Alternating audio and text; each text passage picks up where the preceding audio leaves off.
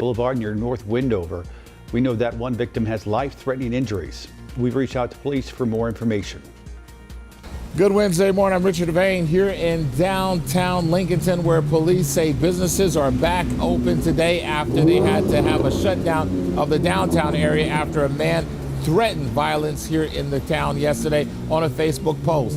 That man, Gerard Moore, was arrested later in the day.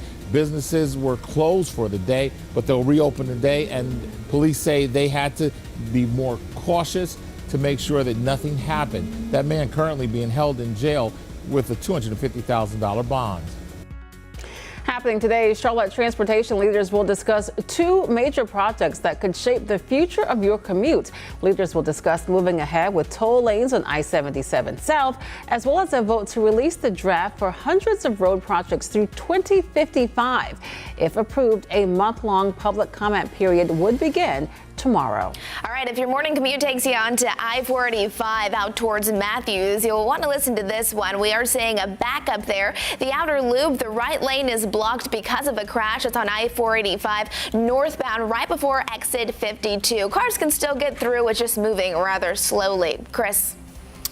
Well, slowly we're cooling down to 89, and it's kind of crazy that 89 is the cool day, and then after that, 98. But I am going to let you know, it could be our first heat advisory of the year, where on Tuesday, 98 could feel as much as 100 to 105 degrees. So keep that in mind. In the near term, 93, the hottest for now, feeling like the mid to the upper 90s. So welcome, everybody. Welcome to summer, even though it doesn't officially start until 10:41 p.m. on Friday. And this is the second day of what would be a heat wave? Yes. So, all right. No relief in sight in that 7-day. Goodness. Who needs it, right? Yes. A reminder, the news does not end here. We are live all day with breaking news, weather, and traffic. That's on WCNC Plus. Join us there. Stay cool.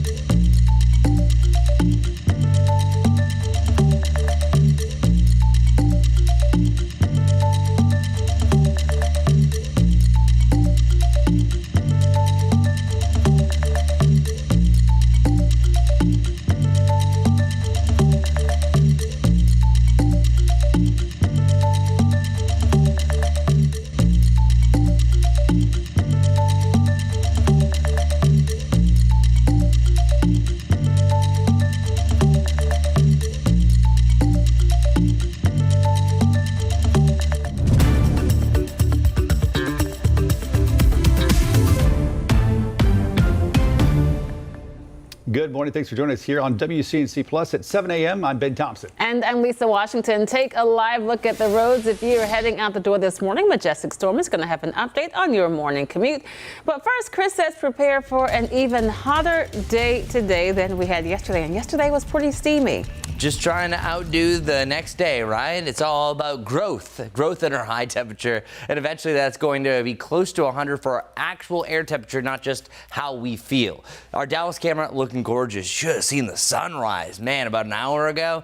Just some upper level clouds, seeing some of those low level fair weather cumulus clouds. Today, all in all, is going to be a mostly sunny one. I'm showing you a graphic to show no information, but it is something. The only area that we have low visibility is over in Asheville. Yesterday, this map was very busy with some goose eggs, zero visibility, 0 mile visibility right around Hickory over to Morganton. I'm so letting you know it's a much better morning visibility wise. Either side of 70 degrees right now for our low temperatures. 72 in Chirra, Wadesboro, Albemarle, 71 around the Queen City in the 485 loop, and then a bunch of 69s from Rock Hill up to Gastonia and Lincolnton. Not a bad start to the day. Back to that Dallas camera. Hello, good morning. 93 degrees, 92 right around Monroe, 95 closer to Chirra, and then 88 here in Hickory. So welcome to the hottest day of the year so far. The hottest that we've been was up to about 91 yesterday. We did that earlier in June, so even 92 would technically be the hottest high so far. As far as the highest heat indices, yesterday we actually matched the day before up to 96.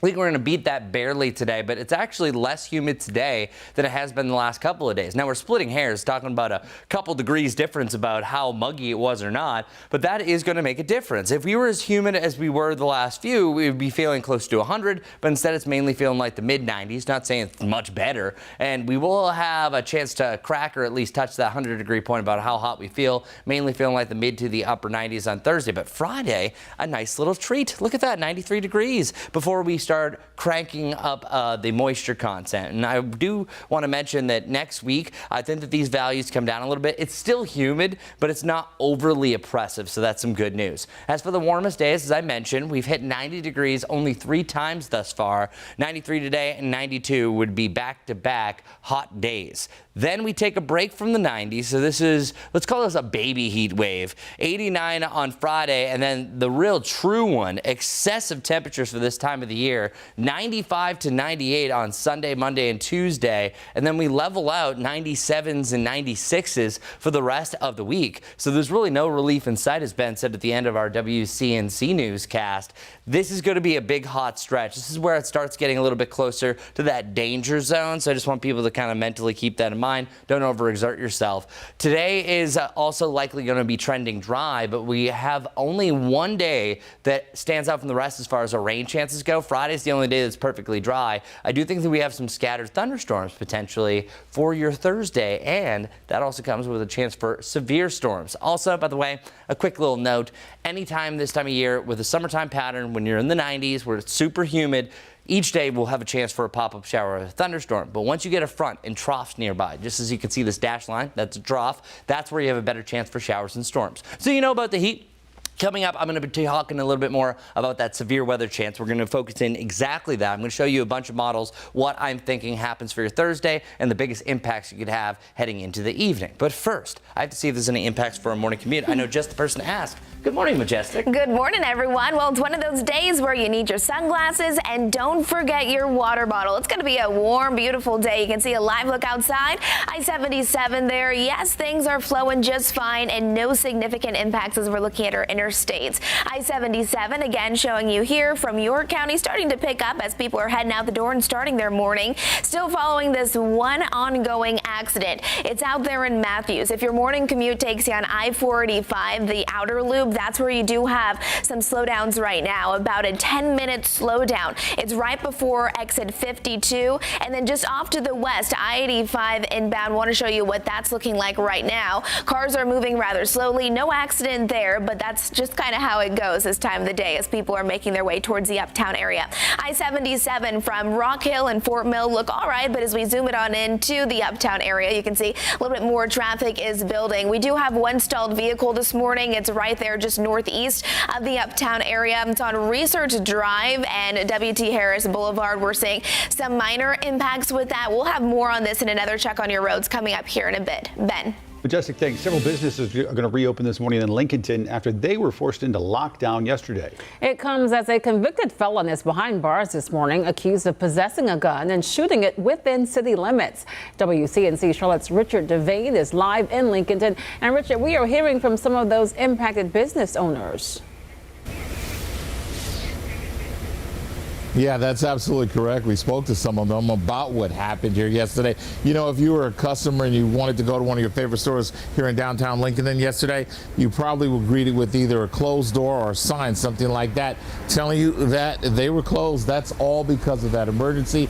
And the police said while they first got the information, they said they wanted to treat it as a possible threat because they wanted to take no chances.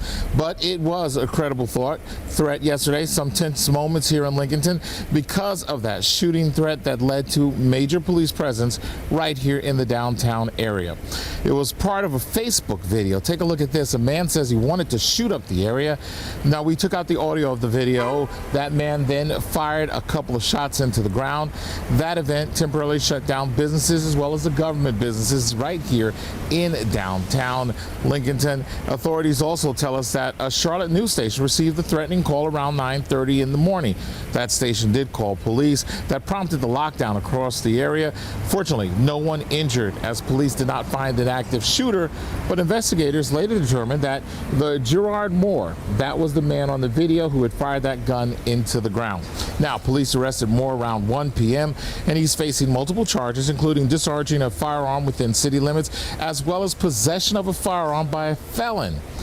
Despite the scare, no injuries were reported. Police say the public safety was their top priority as they worked quickly to resolve the situation. As for business owners, they're happy that this situation ended peacefully. They said a police officer had come by and told them to go in lockdown. And for that duration after that, they just closed down the doors, and I think all of our staff was just in the kitchen. Just worried about like our staff here. We leave, like a lot of kids work here as well, so we just leave. They're like here, so we feel like hopefully they're safe and everything, nothing happens too bad. It was pretty good because I know they locked down everything. I know there was a lot of cops on the street, so I know like even though this was happening, that the store and the employees here were fine because of how they're handling it.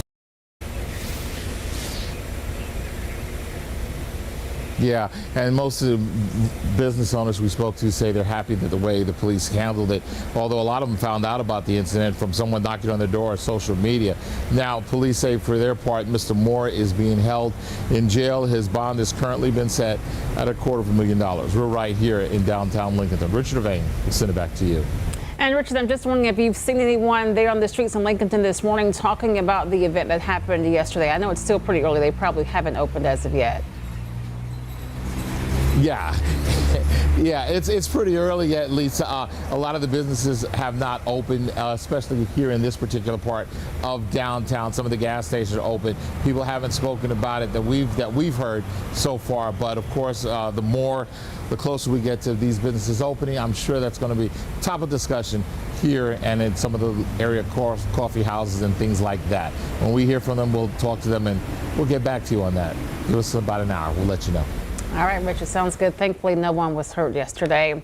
We are learning chilling new details this morning about that deadly mass shooting at a pool party in Hickory.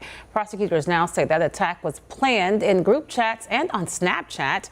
Charles Kincaid is the 6th person charged with first-degree murder in the case. He is accused of driving the gunman to the scene and then helping them escape. Investigators say this was a gang initiation and that more arrests could happen in the coming days. 7:09 right now here on WCNC Plus. More military might is on its way to the Middle East this morning as the conflict between Israel and Iran boils over. But a lot of folks waking up this morning and wondering just how deeply is the U.S. going to get in this thing? NBC's Alice Barr has the latest from Washington this morning. Amid the escalating conflict between Israel and Iran, a pivotal moment inside the White House as President Trump weighs how far to go to help Israel end Iran's nuclear program. Iran cannot have a nuclear weapon. The president spent Tuesday in the Situation Room with his national security team calling for Iran's unconditional surrender while considering a range of options, including a possible U.S. strike on Iran, according to administration officials. One of Iran's most critical nuclear enrichment sites is buried deep under a mountain, and destroying it would likely require an American warplane with a massive bunker-busting bomb. Many lawmakers in both parties calling for congressional approval before any military action. We should have some say-so about it. If it flew the B-52s, we'd be risking yet another war in the Middle East. Democratic Senator John Fetterman backing a U.S. strike. You can never have any real peace in the region, if you allow or Iran is able to maintain a nuclear program. While the Senate's top Republican holds out hope for a diplomatic solution. Iran coming to the negotiating table and agreeing to end their nuclear program. President Trump has for weeks pressed Iran to negotiate a deal, now signaling a possible shift. They should have done the deal. I told them do the deal. So I don't know. I'm not too much in a mood to negotiate. The U.S. has sent more military assets to the Middle East, and U.S. bases are at their highest alert level, prepared for any possibility of an Iranian strike. Two U.S. officials say Iran is prepared to strike U.S. bases in the Middle East if they choose to, though there are no indications anything is imminent. President Trump has said any targeting of U.S. troops would be met with a forceful response. In Washington, Alice Barr, NBC News. There is growing outrage this morning over the controversial arrest of the New York City mayoral candidate and comptroller Brad Ladner. ICE agents detained him at a federal immigration courthouse in Manhattan yesterday. The Department of Homeland Security says Ladner is accused of assaulting a federal officer and impeding a federal law officer. Following his release, Ladner spoke to the media, explaining that he was there to accompany a defendant out of immigration court. All I tried to do was just hold Edgardo's arm and ask the ICE agents, do you have a warrant?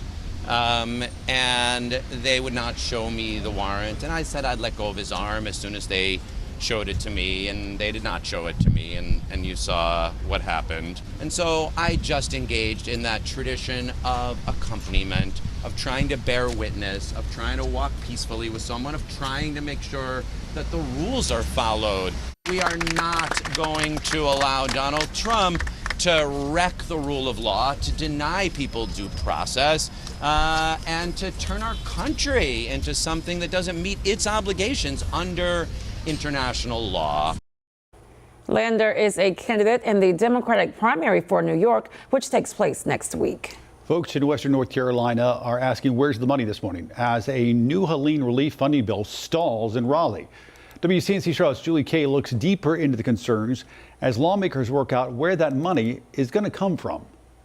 Almost 9 months since Hurricane Helene, lawmakers agree recovery is the top priority. But after months of budget negotiations, a standstill. We cannot wait 6 months or however long it's going to take for the House and the Senate to come together on their budget plan. David Jackson leads the Boone Area Chamber of Commerce. He says the funding delay is putting pressure on businesses.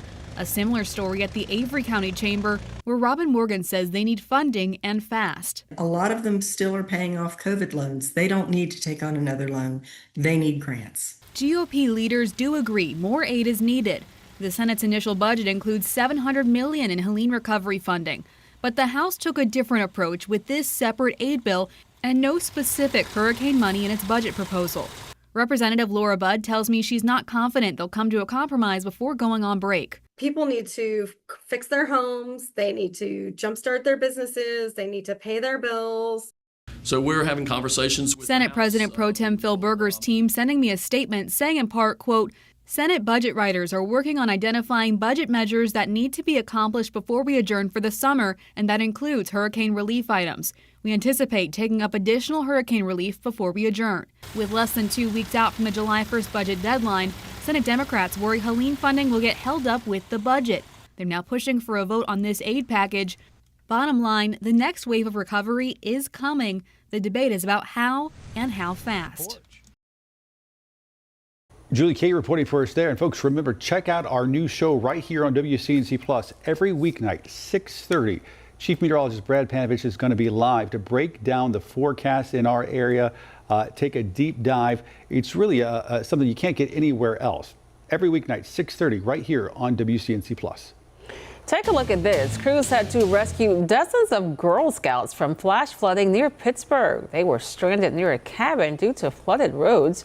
Emergency crews gave the Scouts life jackets. They got the nearly 100 girls to a safe place. The good news, everyone's safe and all the kids were reunited with their families. And there's been a tremendous amount of rain to the north of us, around the Pennsylvania area and over to D.C. over the last several days. And it also shows a testament about how dangerous it can be for those flash flooding events.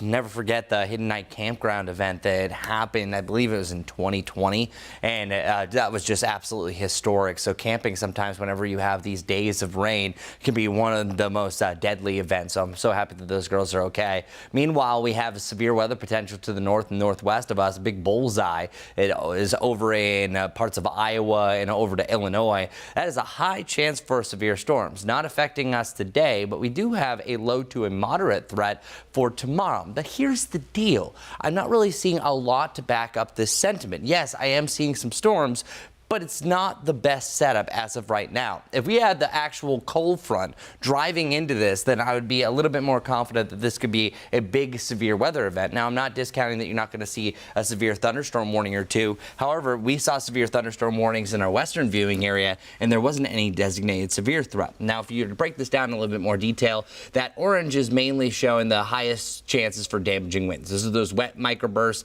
It's a big gust of wind that drop down from the storm with wind gusts over 60 miles per hour. Slightest chance for some isolated large hail, but there's really no risk to a near zero tornado threat for the near term. So let's go through our rain chances for the next 68 hours. We have a slight chance for a few storms. First off, starting to the northwest of Charlotte. I think if there is going to be storms today, it'll be around Statesville over to Taylorsville, to the west around Morganton to Banner Elk. Meanwhile, there's a slightest chance for maybe an isolated shower or storm for Chester, York up to Mecklenburg County, and that's really about mid to late evening, but most of the day is staying dry. So I just put a spotty potential for a storm today. Tomorrow, it's definitely going to become more scattered. It's just not everyone's going to see these. I think the source of the energy, this little trough that's nearby, is a little bit more prevalent the further north that you go. So here is 2 o'clock, 3 o'clock, to 4 o'clock. That's a pretty decent line, but notice it doesn't really extend too far down towards the south. Usually it's the inverse. It's a stronger line down towards the south and it's weaker to the north. Not saying that this is absolutely going to come to fruition. I'm just not really seeing anything really widespread. So I still think you're going to have a chance for some gusty winds. I'm not discounting that. You're still going to have that potential for stronger thunderstorms. It just doesn't look as prevalent as some of our other runs that we've seen. And 6 o'clock to 7, I think most of that is clear the area, maybe a storm left over behind that. So our best chance for scatter storms is late day tomorrow heading into the evening hours. 7-day forecast showing 93 today. That would be the new hottest temperature Charlotte has seen so far in 2025. Do 92 tomorrow. The cool spot, 89 on Friday. Our lows don't waver too much. They're pretty much lower to the mid 70s throughout. And then here it comes. 95 Sunday, 96 on Monday, and then 98 on Tuesday. I did some calculations. I think that our heat index could range from 101 to 105 on Tuesday. So a day to be a weather alert with that hot air, the hottest of the season so far, by far. Now let's head over to our morning commute. It's been good so far. Hopefully it's the same status as the last time we talked. It's picking up a little bit, but nothing too crazy. We'll start with this, though, because most of you will have a morning commute that looks a little something like this. I-77 coming in from York County. Good morning to you. We now have 2 accidents, and I'm keeping a close eye on. This one is if you're around the Matthews area, or if your morning commute will take you on I-485, the outer loop. Right now, the right-hand lane, it is blocked because of a crash. It's out towards exit 52. Delays are building about 5 to 10 minutes, so if you just want to avoid that, that, you're going to want to take I-85, get off that over towards Providence, take Highway 16 to 51, and that'll eventually get you back to I-485. So again, traffic can still move through the area. It's just going to slow down your morning commute by about 5 to 10 minutes because of that congestion. Another one that I'm watching is right here, a new one. Left lane is blocked because of a crash. It's on I-85 southbound at exit 41, that Sugar Creek. You can see all the red that's starting to build. And we also have this stalled vehicle that's still ongoing off to the side, seeing some yellow though, indicating medium impacts. It's on Research Drive and W.T. Harris Boulevard. So again, that's what I'm watching right now on my map. Otherwise, not seeing anything too severe at this time. Hi, this is Larry Sprinkle. Time for today's tiny town. It's Ruby, not too far from the town of Chesterfield. By the way, Ruby is in Chesterfield County in South Carolina, formerly known as Flint Hill, population 307. The area is 2.47 square miles. So yes, it is a tiny town, but there's a lot going on there. In fact, coming up June 28th, the town of Ruby's Independence Day celebration starting at 6 p.m., ending with a big, huge fireworks display, so don't miss out on that. Today's tiny town, once again, Ruby, South Carolina. I'm Larry Sprinkle. Thanks, Larry. It is time now to connect the dots. That's when we make the news make sense. The way we watch TV has officially changed. New numbers show just how far streaming has come and which platforms are leading the charge. Streaming has officially taken the crown in TV viewership. Let's connect the dots. For the first time ever, streaming surpassed both broadcast and cable combined. In May, it accounted for 44.8% of total TV viewing, compared to 44.2% for cable and broadcast together. Nielsen says the shift has been coming for a while, but sports, news, and new shows helped traditional TV hang on longer than expected. YouTube led all platforms with 12.5% of TV viewing in May, followed by Netflix, Hulu, Prime Video, and the Roku channel. Free ad-supported streamers like Pluto TV and Tubi are also gaining ground. Together, they now outperform any single broadcast network. Experts say this isn't just a trend. Streaming is likely to stay on top and keep growing from here. And that's connecting the dots. Speaking of streaming, we're always live right here on WCNC Plus. Of course, this is our free streaming platform. It's also your go-to spot for NBA draft coverage. Tomorrow night at 9, WCNC Charlotte's sports director Nick Carboni is sitting down with Locked On Hornets. Then be sure to join us next Wednesday, June 25th, for draft day coverage. It's all right here on WCNC Plus. This weekend, the Charlotte Knights will honor an inspirational teen at Levine Children's Hospital. On Saturday, the team will wear black shirts with flames and colorful baseballs. The shirt's designed by Allie, a 16-year-old gymnast fighting back from a serious injury that temporarily left her unable to move from the chest down. After surgery and months of rehab, she can now walk, run, and work out again. She designed those jerseys for this year's youth design contest during her hospital stay, and the Knights chose her work. The first 1,500 kids at the game will get a free replica of her jersey. The jerseys the players wear will be auctioned off to benefit art programming at Levine Children's Hospital. The Knights set to play Gwinnett this Saturday at 6:05. Pretty cool. Very cool. Well, sometimes our reporters get to do some pretty cool things for the sake of a good story. And last night, our sports reporter Danielle Stein had one of those experiences. Take a look at this. Last night, Charlotte Motor Speedway hosted Media Mayhem and the main event, school bus racing. That's right. Take a closer look. You see her there driving the bus. Captain Clutch is our very own Danielle Stein. She's right there in the black bus. That's her. There she is, Captain Clutch. She she's one of the, we say lucky, some people would say unlucky. I'm not sure, depending on whether this is your sort of thing. Media members from around the city to suit up and get behind the wheel. She, of course, had an amazing post-race commentary, which we all were hoping to see. We're at Victory Lane. I might not be the victor, but I will say going from 6th place to 3rd place in the end puts me on the podium at least. I will take it. I made some good moves in the end. I watched back the film. I'll break it down a little bit later. But I kind of had a little strategy of watching everyone else at first, kind of duking it out. As they were bumping, I decided it was time to move around. So made a good move in the end. Feel good about my performance. Feel ready to do it another time. That's why she's a sports reporter. Well done, Danielle. I'm so impressed with her. Strategy. She did. Did you see her around the corner? Mm-hmm. I would have just hit the gas and probably ran into a wall. Oh, boy. I would have flipped the bus for sure. That is like such an interesting thing. I've never even known anyone to ever do that in general. And if I would have known she was doing that, I would have gone and cheered her on. Yep. So Next fun. Year.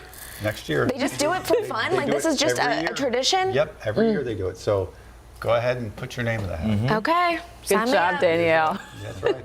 Awesome job. All right, folks, we're going to take a quick break as we take live pictures over what is going to be another oppressively hot day here in the Carolinas. Chris has more of your forecast coming up in just a minute. Majestic, another check of your commute, and we're back with the headlines at 7:30 right here on WCNC Plus.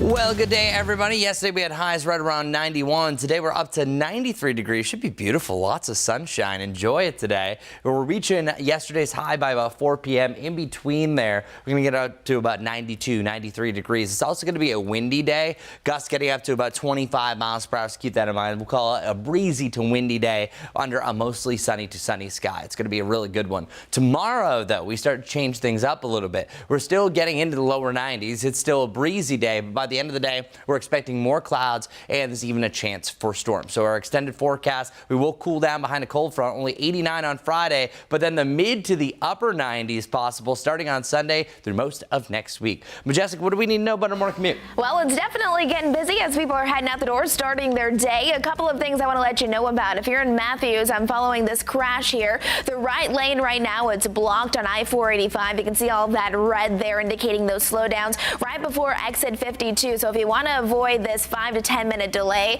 I suggest taking Highway 16 at Providence and then getting onto Highway 51. That'll get you right around that ongoing accident. But important to note, if you just want to sit in the traffic, it's just going to take you a little while to move, but cars are still able to move. We're going to have more on this wreck on WCNC, plus more of those details. Hope to see you then.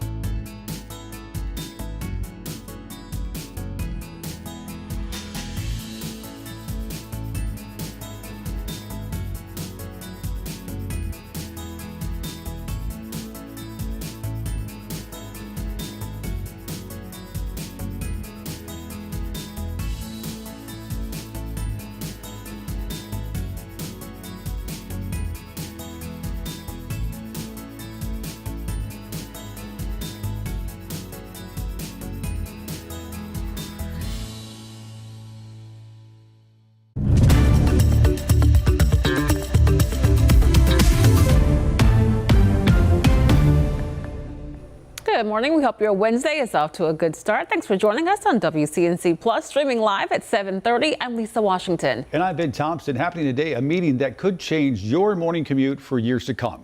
City leaders plan to discuss plans to install those controversial toll lanes south of Uptown. WCNC Charlotte's Destiny Richards is live this morning. And Destiny, two major topics include those I-77 toll lanes and a long-term transportation plan. Yeah, the Charlotte Regional Transportation Planning Organization is meeting tonight, and those two big projects are the one that's going to be affecting I-77 drivers, and then another project that really maps out regional transportation in our area through the year 2055. So really long time from now, but all very important. We'll start with the I-77 express lanes that'll affect folks traveling south of Uptown. After finding that toll expenses wouldn't cover enough of the costs, NCDOT is moving forward with a public-private partnership to deliver the project. That means the state would team up with a private company, which would help fund and build the lanes, then earn back its investment through toll revenue over time.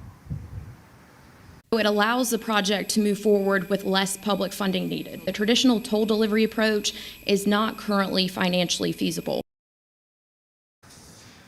A group of local and state representatives spent months crafting an outline of the project terms, which was sent to board members earlier this month. They now have until August 1st to review it before the project goes out to bid.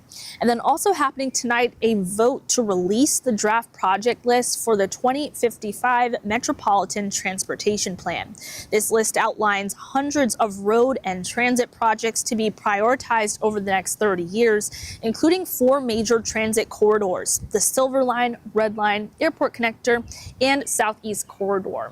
And if this draft project list is approved, then the board will have it available for public comment for an entire month. It'll be released tomorrow and then through July 19th. And then they just want to get the feedback on all of this, which this is going to be affecting people for years to come. So we'll, of course, keep you updated on everything that's coming out of this meeting tonight and post everything that we know on the WCNC Charlotte News app. Ben, Lisa. And Destiny, we know, of course, that the region is growing, our population is increasing. Do you know how they decided which road and transit projects made that list for the 2055 plan? Yeah, so I'm sure we can think of a bunch of different things that we would want fixed on our roads and on the highways, but basically what was aggregated here was a list of over 200 project proposals. Transportation experts came up with all of this, and it was basically in this project list. It is available to see in the agenda. It basically separates all of these projects into tiers, gives them scores based off of the need. So traffic congestion, is there a crash history, are there safety issues, access to jobs, things like that. That was considered tier 1. And then tier 2, identifying the impact. Is it going to impact access to community resources, underserved areas? What's its impact on the environment? And then this project list is basically called a fiscally constrained list, meaning that they were really looking at what is already allocated for in terms of funding through local, state, and federal funding, and then what is also feasible going into 2055, going through 2055. So that's what's included in this. These are projects also that are in Mecklenburg, Iredell, and Union County, because that is this board's purview. And again, you can review all of it yourself. The finalized project, of course, project list will be available for public comment. It does include those transit projects that we have been reporting on, which, of course, that funding would potentially come from the 1-cent sales tax in Mecklenburg County. But the updated finalized list will be available for public comment, and we'll bring you the latest right here on WCNC Charlotte, WCNC Plus, and on our online platforms. All right, Destiny, thanks so much.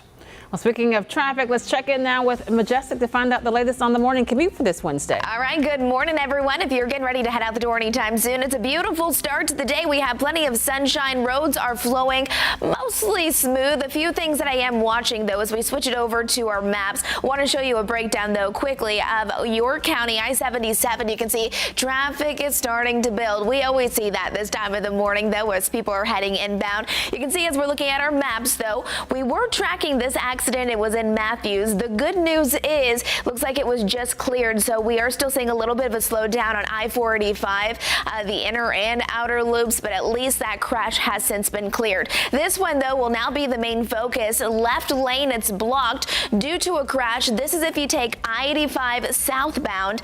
Exit 41 is where the crash is, and it's at Sugar Creek Road, so some red starting to build there right now. Delays are about 5 minutes. A stalled vehicle just to the north. You can see some yellow indicating some medium impacts there. It's on Research Drive and W.T. Harris Boulevard. Not too concerned with this one as cars are still able to move right past it. Another new accident that just popped off.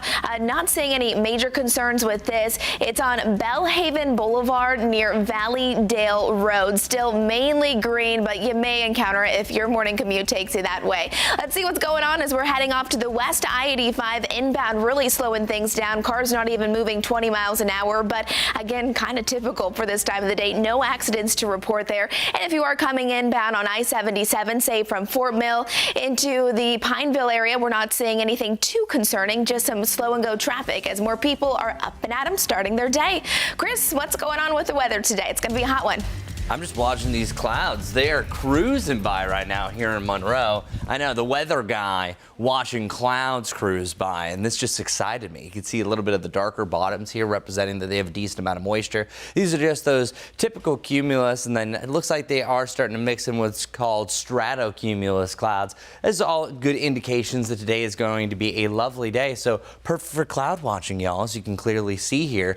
What else we need to know about today? It's going to be a hot one. Yesterday we hit 91. Today we're hitting 93, and then we're going to hit 92 tomorrow. So as I've been saying all week long, it's only day 3 heading into the week, but usually the base definition for a heat wave is where you have 3 days or more at 90 degrees. Now for us, eventually you could call a heat wave all of July and August. So the second definition is where you have an exceptional above seasonal run of temperatures, especially during the summertime. And that's what we're going to have starting on Sunday through most of next week, where we have the mid to the upper 90s. So kind of two versions of the heat wave. Number one, though, finally seeing a nice stretch of those 90s. If this is your perfect forecast range, enjoy today. Today is a high of 93, but realistically, I think it's going to kind of feel the same as the last couple of days, maybe 1 or 2 degrees warmer, but we actually have less moisture in the air today compared to Monday and Tuesday. Thursday, those moisture values start to come back up, so it could feel hotter even though the actual air temperature is 1 degree cooler, and that also comes with a storm chance. So far this year, we've only hit 90 degrees 3 times. Well, we're going to add a lot more to that. By the way, the Ghost Peppers are back in town. Same thing with the Knights. But the Ghost Peppers game, I love these when you have the opportunity. Say if you don't have to work on a Wednesday, the game starts at 12:30. I wish I could take JT. We have 90 degrees at 2 p.m. Feels like 96 by 2 o'clock. So yeah, even though it might be only 90 degrees around Gastonia for the middle of the afternoon, still feeling more like the mid-90s. Just wanted to give you an example as you're sitting in those stands. Our peak heat index today, I think, is 97. Tomorrow we have a chance for it to be as hot as 100 degrees. Friday, notice the difference. We don't really have any extreme heat indices because we have a little bit drier air than it works back in. And then through the weekend starts to feel like the mid to the upper 90s again, and another shot at 100 degrees plus for a real feel by Sunday. Today in the mountains, 75 degrees. This is a near perfect forecast. Not as humid here as well. Still humid, but not as bad as yesterday. 88 degrees around Hickory. Maiden, I think you're going to just barely tap that 90 degree point. We're at about 92 in Lincolnton, 93 across much of the Charlotte area, and 94 for Lancaster, Chesterfield, and Rockingham. I think there's going to be a few spots here in Chesterfield County, usually the hottest county that we have during the afternoon, reaching that 95 degree point. One more thing to mention about today. Before I let you go for the time being, we're going to have some wind gusts getting up to about 25 miles per hour. It's a warm wind coming out of the southwest, a noticeable jet of warm air, and gusts as high as 30 miles per hour tomorrow. But this also comes with a chance for storms coming up within the next 15 minutes or so, actually even less than that. I'm going to have your storm potential, what you can expect, and the severe chances that we have rolling into your Thursday evening. See you soon. Thanks, Chris. 7:40 now. Right now, Cornelius police are investigating after a woman says she stepped in to save a dog trapped inside a hot car, only to find herself in a confrontation with officers. WCNC Charlotte's Tradisha Woodard explores the incident that went viral. A Cornelius woman says she did what she hopes anyone would do, step in to save a dog locked in a hot car. But that compassion came with consequences, and now it's raising serious questions about how police handle animal safety in extreme heat.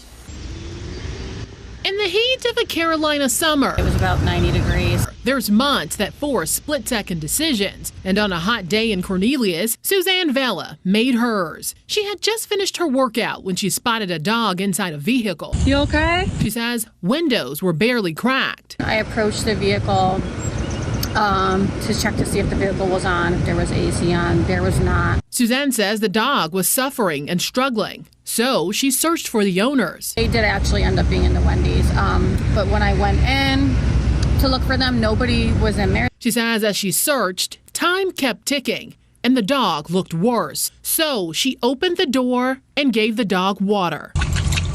I didn't want to wait any longer. I ended up pulling open the door handle. It was actually unlocked. And then at that point, I called 911. But when police arrived, it wasn't the dog they focused on. He was very visibly angry at me and was yelling at me that, I had no right to open somebody else's car door, that I had broken the law. The North Carolina law gives law enforcement the authority to intervene when there's probable cause an animal is confined and suffering in a vehicle. But Suzanne says the officer wasn't interested in the law or the dog. What right do you think you have to open someone's door? The moment caught on video, shared online, and viewed thousands of times. Now Cornelius police say they've launched 2 investigations, one into the dog owner for possible cruelty and another into their own officer's conduct. Never thought in a million years that would have been the direction that it went in. Suzanne says this isn't about attention. It's about accountability. And when asked if she had any regret about opening that door, not even for a second. She says when a life is at risk, doing nothing isn't an option. I'm hoping that investigation kind of leads to some type of, reprimanding or potentially even, finding a new, better, and more loving home for the dog. Tradisha Woodard, WCNC Charlotte. There is growing uncertainty this morning from North Carolina domestic violence advocates over federal funding for survivors. We spoke with Kathleen Lockwood from the North Carolina Coalition Against Domestic Violence. She expressed some concerns about funding for members that federal cuts or delays could lead to shutdowns. She also discussed simple but effective ways of preventing domestic violence. Here's a clip of what she had to say. So how is the picture looking like in North Carolina? Are y'all still needing more resources, and how are you going about things if so? Absolutely. So in North Carolina, we have domestic violence service providers that provide services in all 100 counties in the state. They are funded through a variety of sources. Some of that is state money, some of that are some different federal funding, as well as local funding and donations. Programs have seen donations go down since COVID and unfortunately not return. And while state money has been helpful, it's really been fairly stable for many years now, while we've seen the demand for services increase. So domestic violence service providers from 2018 to 2023 saw a 51% increase in demand for services. And at the coalition, we often hear from advocates kind of the picture behind the numbers, and they shared with us that during that time period they're also seeing folks present for services with much more escalated violence, so much more dangerous situations, unfortunately, which means It's more resources that they're devoting to helping each person who's presenting needing help in our communities.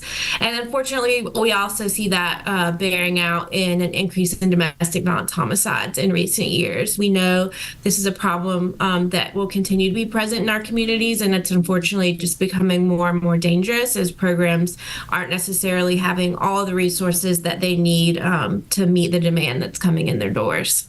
We also know that there have been reductions in federal funding for many years now, unfortunately, under the Victims of Crime Act, which has led programs combined with that increased need to really be working on shoestring budgets. And so we're really concerned that if there are additional cuts from the federal government or any delays in federal funding making its way here to North Carolina, it will literally result in some programs having to close. And when that happens, the nearby programs kind of take on that role, and they're continuing to do more with less as well. So we are really kind of sounding the alarm that this is a crisis right now before we get to the point where programs close and there are even less resources available to our community. And we're buckling down for this to be kind of a long-term discussion with our decision makers and within our communities about how do we plug these holes that we see coming in funding, and how do we also show up for all of our community members in new ways that might not be as funded the same way moving forward. Just wondering, is there any research out there or, any ideas about preventative, I guess, if you will, preventative measures, to get ahead of the issue, either before a person maybe becomes violent?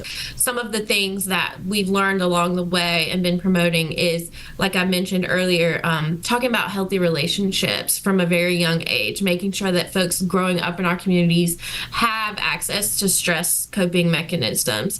In addition, we talk about societal or community level prevention factors, so things that decrease stress in a community or make it easier for folks who are experiencing unsafe situations to find resources and support in their community before it turns into escalated domestic violence. So some of those things are called protective factors in our community. So things like strong community cohesion. So even just knowing and being in supportive relationships with your neighbors can actually prevent domestic violence, because it allows for relationship to reduce stress, and it also allows for folks to have a place to go when they need to just kind of work out some stress or take a moment away from one another if things are escalating in the home.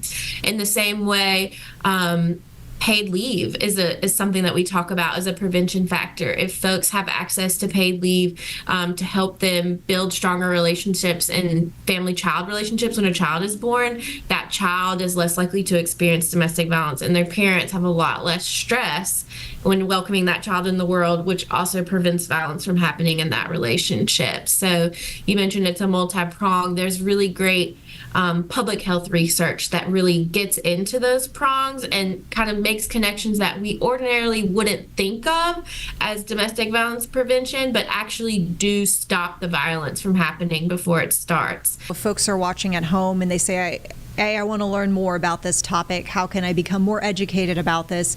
And B, let's just say someone says, I want to help. What would you recommend that they do? So I would look into your local community, who are the service providers there. A lot of times those needs are really specific to where you are. You can go on NCC ADV's website, which is where I work, nccadv.org. We have a Get Help page where you can put in the county where you live, the counties nearby, and it lists out who those service providers are. You may want to reach out to them and see if there's anything they need as far as donations or as far as volunteer support to kind of help them keep going. And if you have the financial need or the financial ability, this is definitely the time to consider contributing to those local resources.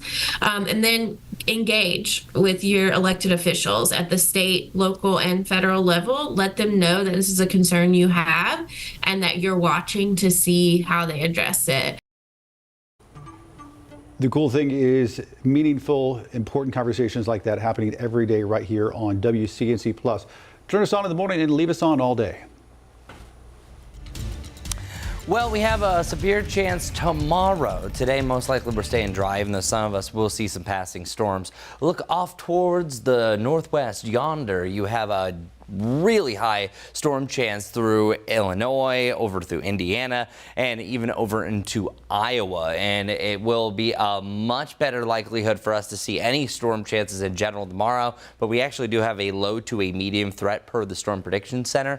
There's just a lot of factors that are kind of inhibiting this line for being like a big time severe weather breakout. And then by Friday, we actually have a cold front that's going to bring us some drier air, a nice little break. Looking at our storm fuel, we have it's prevalent today, seeing a little bit weaker tomorrow and then barely anything heading into Friday. But our severe weather chances, tornadoes, doesn't really look to be high. Large hail, still isolated large hail is going to be a possibility. But damaging winds, I think, is the main threat. But any given summer pattern, as we have right now, could pop up a severe thunderstorm. We actually had some yesterday. Most of you probably have no idea what I'm talking about because they didn't really impact the Charlotte area and areas east of I-77, but we did have a line of storms that try to work its way in the area before it started to fade out. But oftentimes during summer, you can have some really bad wind damage from wet microbursts, which is 90% of our wind damage. Literally, it's just the big cool pool of air within a storm that drops out and causes damage as it hits the surface. Those happen all the time, and I think that could be the possibility is what we have tomorrow. Here's a look what we can see for storms today, though. I think the afternoon is dry. The only ones I think could see a shower storm is really Morganton up to the mountains over to Taylorsville after 4 o'clock. But then other than that, we're fading things out quickly. Slight chance after 6 to about 9. An isolated storm is in the area. But again, I'll say it, most of us are going to stay dry. For tomorrow, though, here it is. Here's that line. I think we have a trough in the area that's going to uplift some of that heat and moisture. Humidity values are a little bit lower than what we had over the last couple of days, just like today, but still prevalent storm fuel. If there is going to be a storm, I think it's really between about 2 and 8. That looks to be the general window that will have a better chance for this. This is 3 o'clock, 4 o'clock, 5 to 6, and this is showing that one storm turns to 2. A cluster of storms could have a leading edge for some damaging winds. So I would really say from Charlotte areas north is where we have the highest likelihood, which is interesting because usually Charlotte areas south, where South Carolina will have the higher chance. The only reason why we're seeing that scenario is there's a little bit more energy along the trough the further north that you go. Yesterday we had a high temperature of about 91 degrees in Charlotte, 90 in Monroe. Cheraw, you're at 93. All of us will be reaching that 92, 93 across the greater Charlotte area today. 92 for Juneteenth tomorrow, and then 89. That'll be a nice break, right? On Friday, and then boom, 95 on Sunday, 98 degrees on Tuesday. Majestic, you'll feel close up to 105 on Tuesday. You ready? Ooh, I believe it. Yes, I'm ready. I just need to find a nice way to stay cool, that's for sure.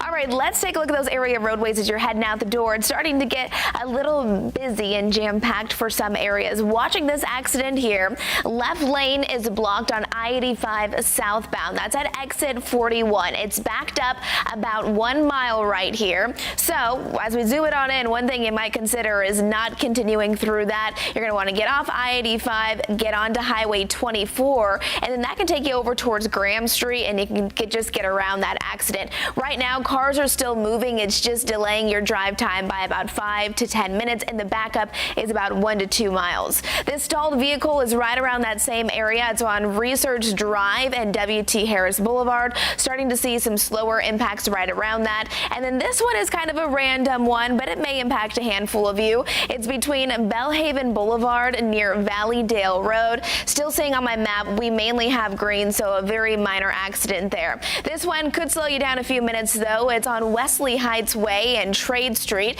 You can see that orange just indicating that, yes, cars are moving. They're just moving a little slower than they should be. As we're looking at I-85 inbound, you can see, yes, a lot of red. Cars aren't even moving 20 miles an hour. No accidents, just more people waking up and starting their morning commute. We'll have another check on those roads coming up here shortly.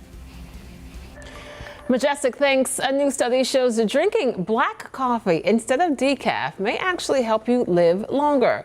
Researchers say people who drink 1 to 3 cups daily have a lower risk of dying early compared to non-coffee drinkers, but skip the sugar and cream because too much of it can cancel out the health benefits.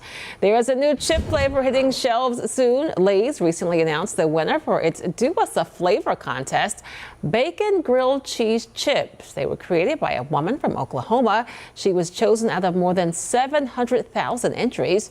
The two runner-up flavors, Valentina and Lime and Korean-style fried chicken, will also be placed in stores along with the winning flavor. I got to say, sometimes they come up with really weird things. All Yes. of those sound actually very nice. I think it's a lot for a chip, but you know what? Why not?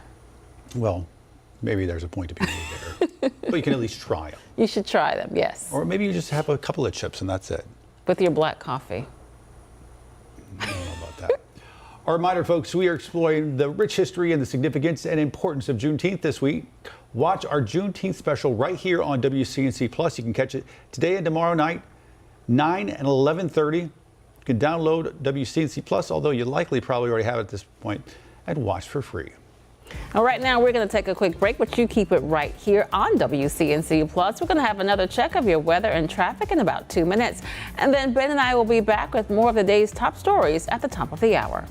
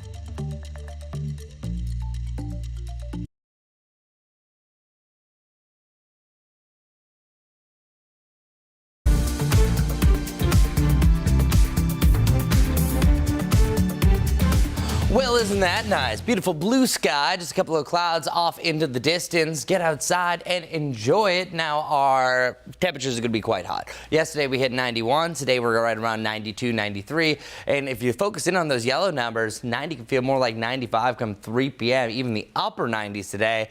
Stay cool, everybody, but enjoy the sunshine and wear that sunscreen. You have a peak heat index, I think, right around 97, though, closer to Charlotte area, about around 100 for your Thursday. And then a nice little break on Friday. 93 is the real feel before we're either side of 100 degrees about how hot we feel, at least at the max, on Saturday and Sunday. After that, welcome to a big time run of our temperatures. Also, we have a chance for a severe storm tomorrow. Large hail and damaging winds will be the highest threshold. Now, our 7-day forecast, we see temperatures on the rise, mid to the upper 90s heading into next week. Majestic, what's going on this morning? Well, it's a warm start to the day, but a beautiful start to the day, that's for sure. And those roads are getting quite busy. One accident that's really slowing people down this morning. It's on I-85 southbound. The wreck happened at exit 41, that's Sugar Creek. So as you're coming down I-85 south, you may want to take Highway 24 instead. And then once you do that, you can get onto Mallard Creek Road. That'll take you right around the accident. Cars are still moving. It's just slowing you down by about 5 to 10 minutes. Hope you have a great day.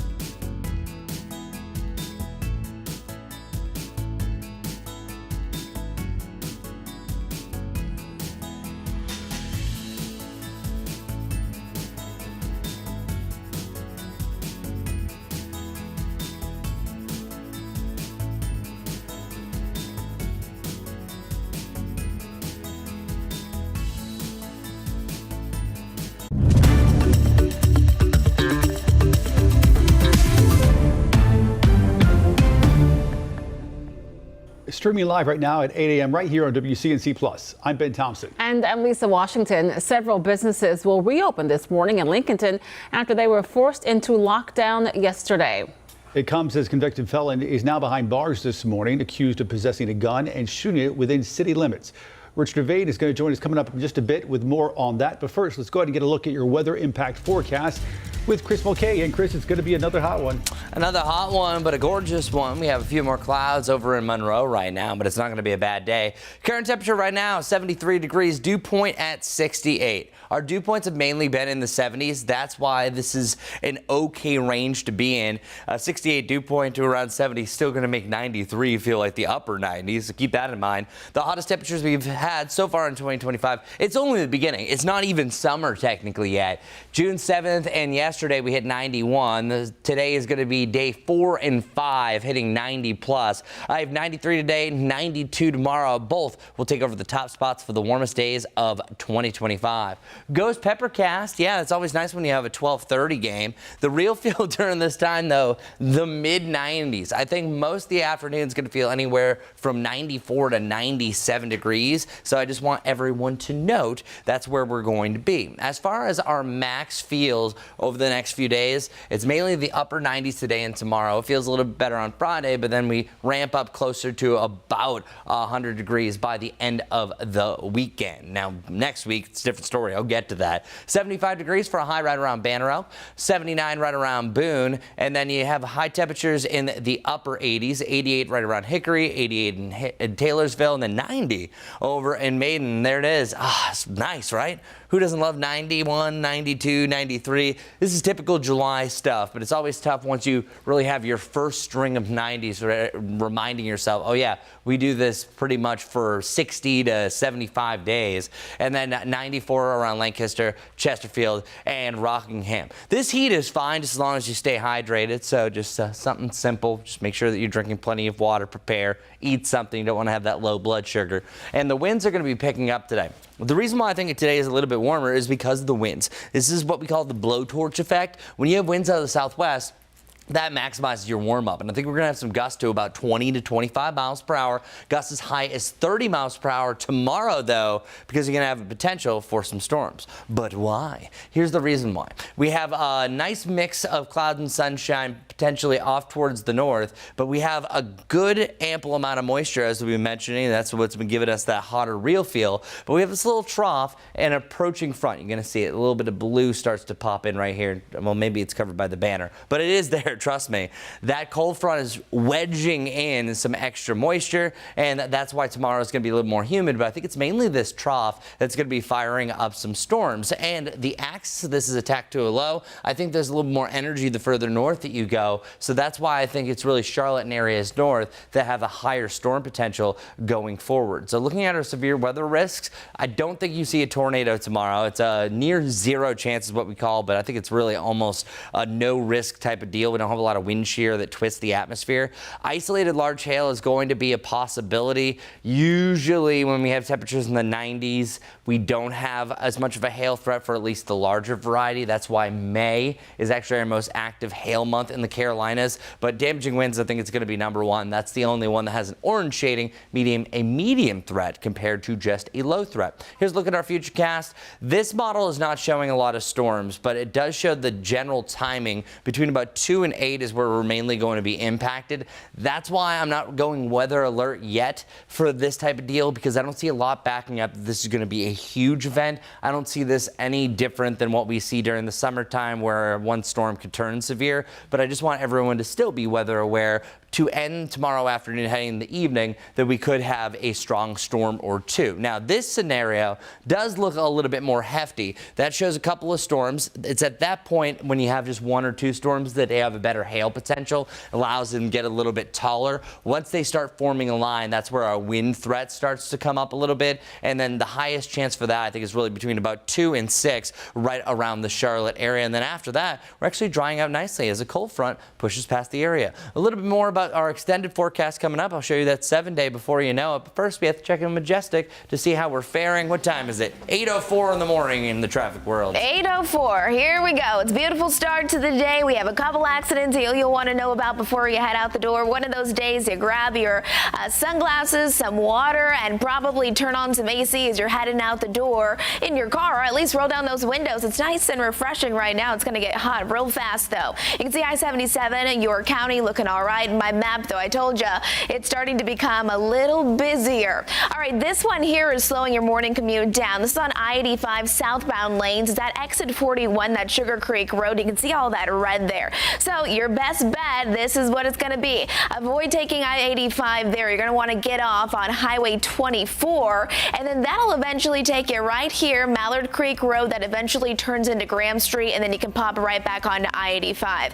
All right, another one that we're watching here, it's a crash on Wesley Heights way at Trade Street. You can see orange popping up there indicating cars, yes, they're moving. They're just moving slowly. I-85 inbound lanes are also moving very slowly. No accidents there, just more people heading towards the town. And then if you're coming in from South Carolina, good morning to you. I-77 from Rock Hill up towards Fort Mill. Looks all right, but you can see once you get towards I-485, that's where traffic starts to build. We'll have another check on those roads all coming up in just a few minutes, but that's what I'm looking at right now. Lisa.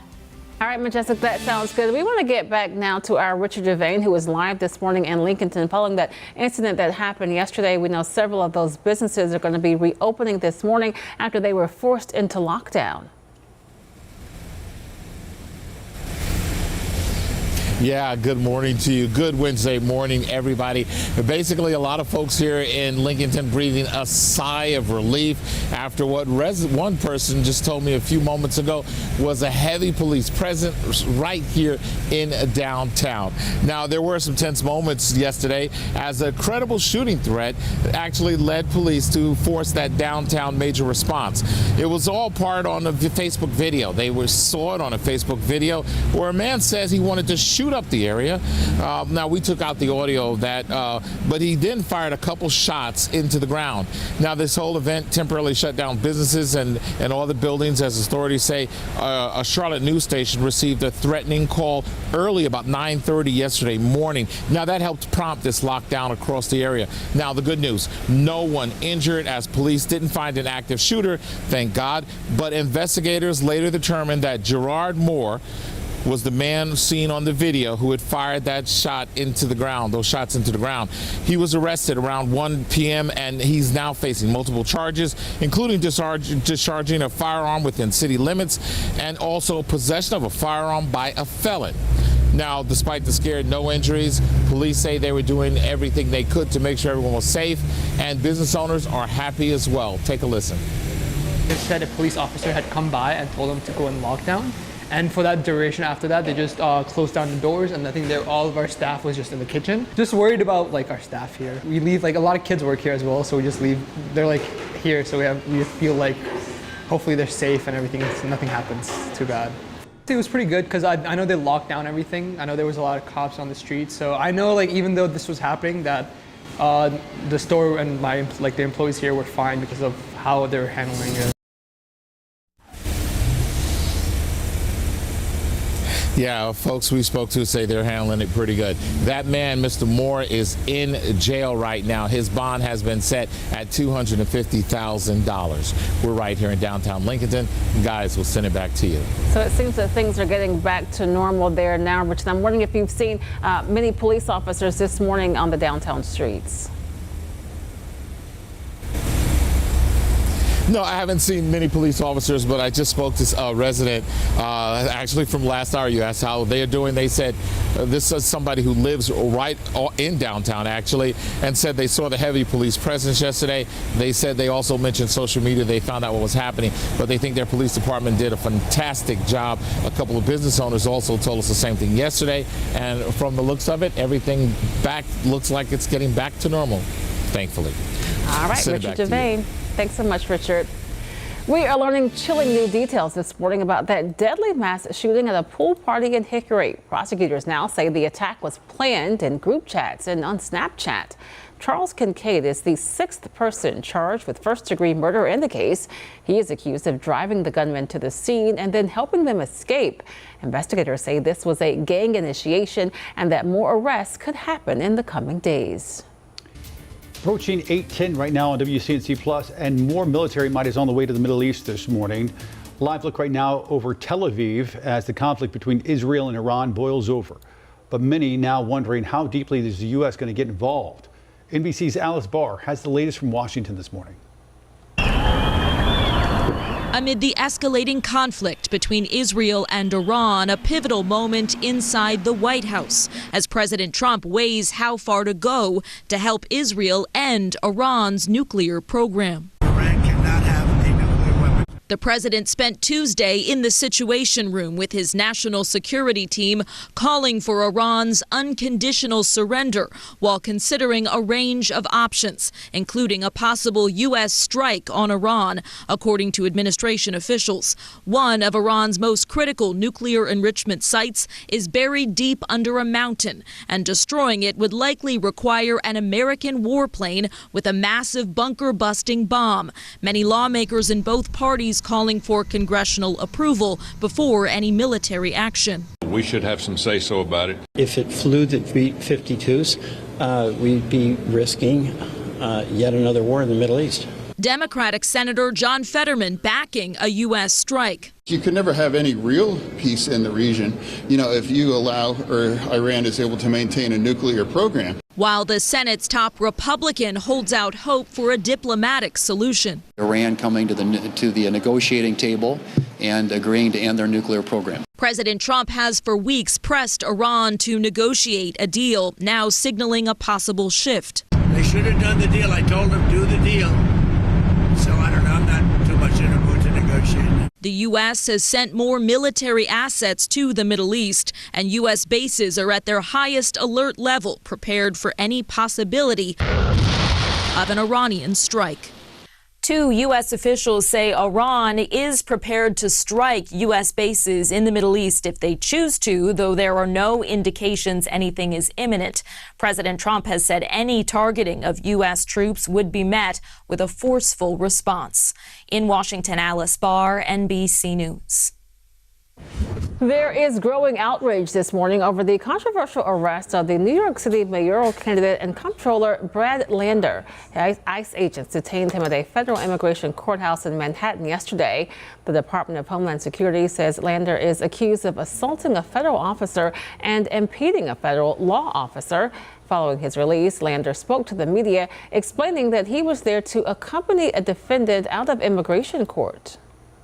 All I tried to do was just hold Edgardo's arm and ask the ICE agents, do you have a warrant? And they would not show me the warrant. And I said I'd let go of his arm as soon as they showed it to me, and they did not show it to me, and you saw what happened. And so I just engaged in that tradition of accompaniment, of trying to bear witness, of trying to walk peacefully with someone, of trying to make sure that the rules are followed. We are not going to allow Donald Trump to wreck the rule of law, to deny people due process, and to turn our country into something that doesn't meet its obligations under international law. Lander is a candidate in the Democratic primary for New York, which takes place next week. 8:13 right now. Folks in Western North Carolina asking where's the money this morning as a new Helene relief funding bill stalls in Raleigh. WCNC Charlotte's Julie Kay looks deeper into the concerns as lawmakers work out where that money is going to come from. Almost 9 months since Hurricane Helene, lawmakers agree recovery is the top priority. But after months of budget negotiations, a standstill. We cannot wait 6 months or however long it's going to take for the House and the Senate to come together on their budget plan. David Jackson leads the Boone Area Chamber of Commerce. He says the funding delay is putting pressure on businesses. A similar story at the Avery County Chamber, where Robin Morgan says they need funding and fast. A lot of them still are paying off COVID loans. They don't need to take on another loan. They need grants. GOP leaders do agree more aid is needed. The Senate's initial budget includes $700 million in Helene recovery funding. But the House took a different approach with this separate aid bill and no specific hurricane money in its budget proposal. Representative Laura Budd tells me she's not confident they'll come to a compromise before going on break. People need to fix their homes, they need to jumpstart their businesses, they need to pay their bills. So we're having conversations with Senate President Pro Tem Phil Berger's team sending me a statement saying in part, quote, Senate budget writers are working on identifying budget measures that need to be accomplished before we adjourn for the summer, and that includes hurricane relief items. We anticipate taking up additional hurricane relief before we adjourn. With less than 2 weeks out from the July 1st budget deadline, Senate Democrats worry Helene funding will get held up with the budget. They're now pushing for a vote on this aid package. Bottom line, the next wave of recovery is coming. The debate is about how and how fast. Julie Kate reporting for us there. And folks, a reminder, check out our new show right here on WCNC Plus, streaming live every night at 6:30, hosted by Chief Meteorologist Brad Panovich, where he breaks down your forecast in a level of granular detail that you just don't get anywhere else. Of course, WCNC Plus is free. Turn it on in the morning and leave it on all day. We're also experiencing our first heat wave of the year with feels like temperatures in the low 100s this week. But have you ever wondered how these numbers are actually calculated? WCNC Charlotte meteorologist Brittany Van Voorhees explains in today's Weather IQ. It's not the heat, it's the humidity, is a phrase you've probably heard during the summer dozens of times in the South. But it's actually both. Heat index refers to what the temperature feels like to the human body when relative humidity is combined with air temperature. When our bodies get too hot, they sweat to cool themselves off. If the sweat can't evaporate because there's too much moisture and humidity already present, our bodies can't regulate temperature properly. This is why we call heat index the feels like temperature during the summer, because we feel hotter in humid conditions. The heat index is calculated based on this formula. Or you can use one of these charts based on the temperature and the dew point. Just remember, these charts are based on temperatures in the shade, so if you're going to be in the direct sunlight, you have to add about 10 to 15 degrees. Let's look at a few examples. If it's 100 degrees and the dew point is 60, it'll feel around 101. Swap out a tropical dew point of 75 degrees, now it feels near 114. Prolonged exposure to elevated heat index values can lead to a variety of heat disorders. So when is it considered dangerous? A heat index at or above 103 degrees can lead to heat exhaustion or heat cramps. The worst case scenario, heat stroke, which is a medical emergency, occurs with a heat index 125 degrees or higher. Raising your weather IQ and hopefully not the heat, I'm meteorologist Brittany Van Voorhees. I mean, you know, honestly, it is the humidity. That is really the the deal breaker. You think? I just do. like when it's hot, it's just hot. I grew up in Washington State, so I never had humidity until I moved to Arkansas. Like, I just didn't even know what it was like to live in humidity. Majestic. And so I always thought if it's hot, no matter if it's dry or humid. But I think the humidity, it adds a little something it adds to it. something to you just it. kind of feel gross. They do. You know? Yeah, like, yeah. You always want to take a shower because it's just so like, I don't know, moist. I agree with Ben because other people like from Arizona say it's a dry heat, and I was like, but it is a big difference. I know hot is hot to a certain point. Yes. But yeah, no, if you add I think you could be out in 90 degrees. Right. If it's not humid. Yeah. And it'd be somewhat enjoyable. Find shade, you know, and hopefully there's a breeze. But Yeah. you could, It's hot. If you're 90 and it's humid, Yeah. there's no It's a different experience. And if there's no breeze, forget about it.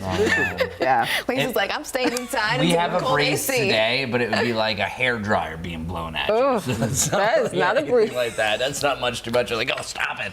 Well, here are your peak heat indexes or indices over the coming days, and you can expect to feel more like 97 today. I think some could pop up to about that 98 point, and then we have about 100 degrees for the max on Thursday. Thursday, the lower 90s on Friday, and then either side of 100 degrees on Saturday and Sunday. So yeah, we're going to actually bring some of these values down. I'm actually going to focus in a little bit more on dew points to build on what Brittany was talking about. And actually, Brittany said one of my favorite stats that you have to factor in for no matter the day. If it's a sunny day, say if you're working in the yard and it's nothing but sunshine, you will feel 10 to 15 degrees warmer. So a 93-degree day today, you're actually feeling more like 103 regardless of the humidity. So just keep that in mind. That can also add kind of insult to injury and can lead to a little bit more heat exhaustion. 96 is the real feel by about 3 o'clock. So that's also what we call the heat index, because real feel, or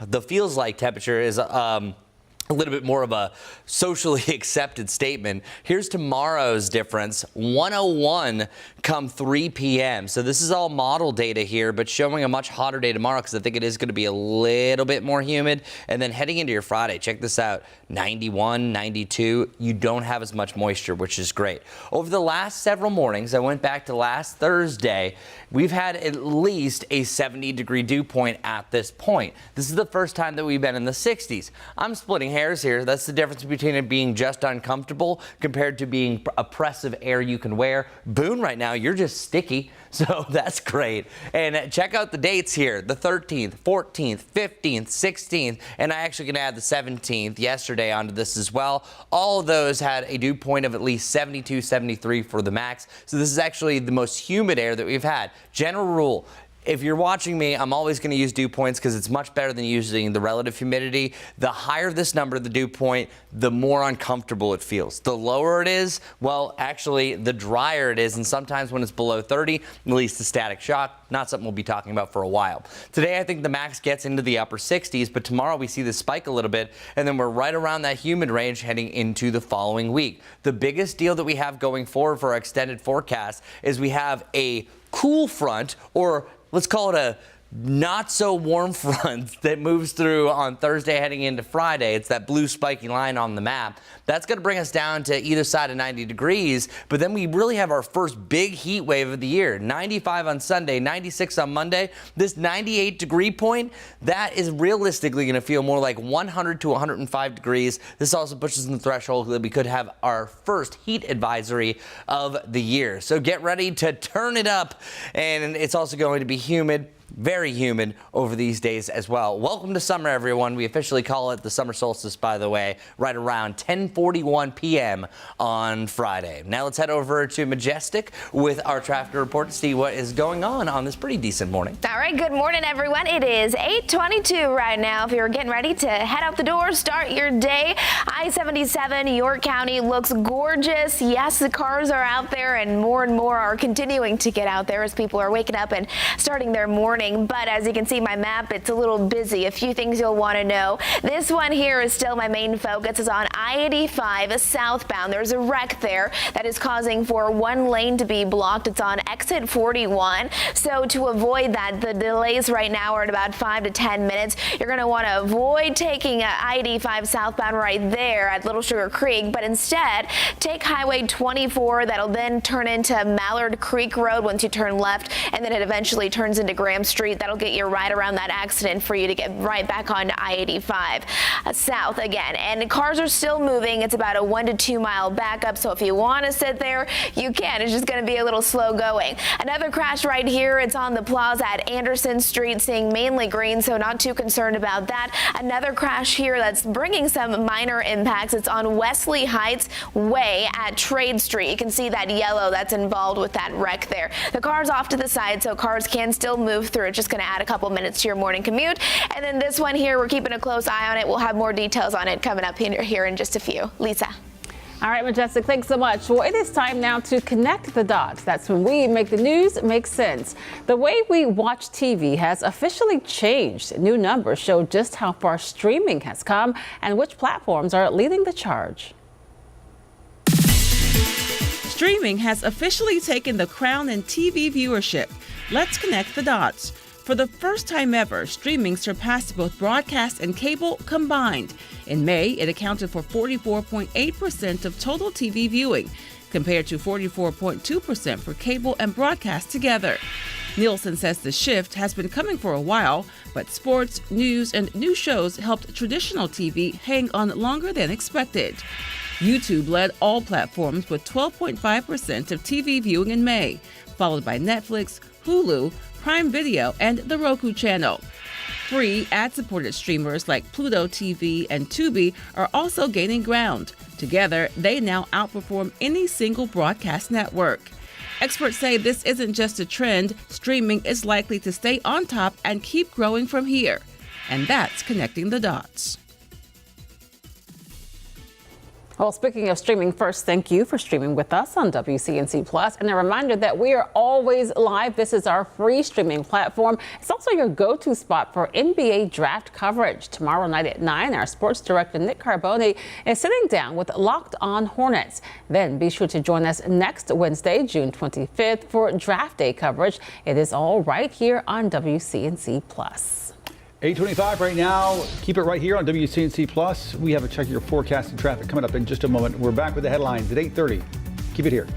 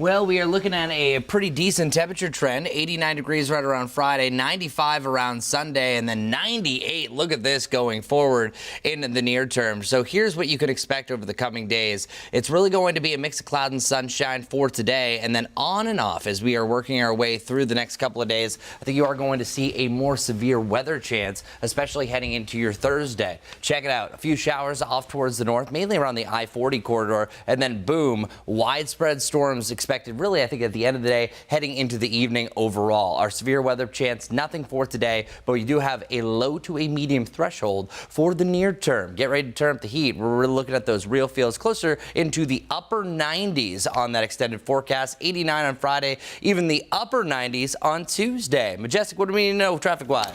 Oh, good morning, everyone. We are heading into a beautiful start to the day. Grab those sunglasses, go get your water bottle, fill it up. It's going to be a warm one. I-77 here, South Carolina, York County cameras starting to pick up as more people are waking up, heading out the door. Maybe you're heading off to work or heading to get some errands done. My map is quite busy this morning. This is still my main focus, though. It's on I-85 southbound lanes being impacted. Looks like we are seeing some improvements, though. There's a crash there on exit 41, so if you just want to not be stuck in that delay, instead you're going to want to take Highway 24. That'll get you to Mallard Creek Road and eventually to Graham, right around that accident. We'll have more on WCNC Plus. Hope to see you then.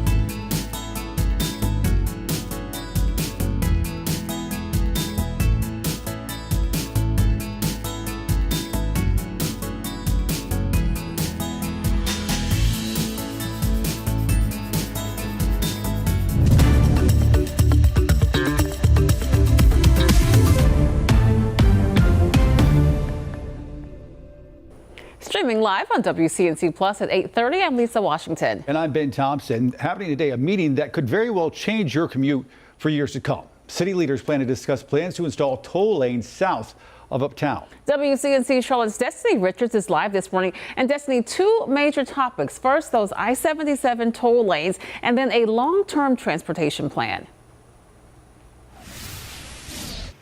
Yeah, it's the Charlotte Regional Transportation Planning Organization meeting tonight at 6 right here at the Government Center. And they're going to be talking about plans to, again, extend those I-77 express lanes. That'll affect lots of drivers. And then also they're discussing a plan that will really shape the region's transportation future up until the year 2055.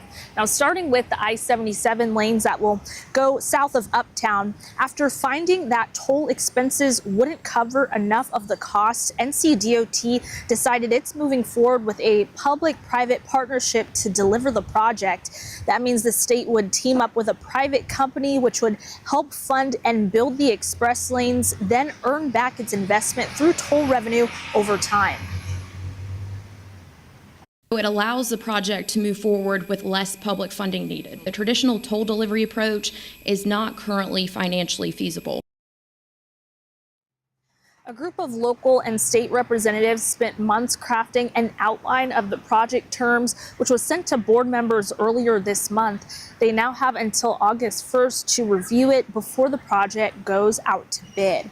And also happening tonight, a vote to release the draft project list for the 2055 Metropolitan Transportation Plan.